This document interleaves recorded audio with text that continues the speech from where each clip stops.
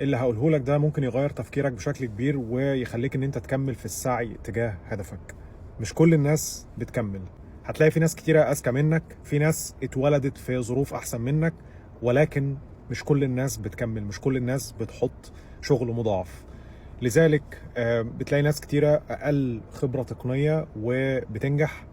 ممكن يكون الموضوع حظ، بس في اغلب الوقت بتكون الناس دي اشتغلت اكتر. الاهم من ده كله واللي انا واثق فيه، انا عارف ان ربنا هيكرمني حتى لو ما وصلتش للحاجه اللي انا عايزها بالظبط. انا عارف ان انا هوصل لنتيجه ترضيني. من تجربتي الشخصيه مع الناس، تقريبا 10% اللي بيستمر، سواء كان بيزنس بدأوا، سواء كانت مذاكره حاجه معينه، سواء كان حتى تمرين وان هو يحاول يخس. فحاول تستغل الموضوع ده في صالحك، وهو موضوع الاستمراريه والمعافره في ان انت توصل لهدفك.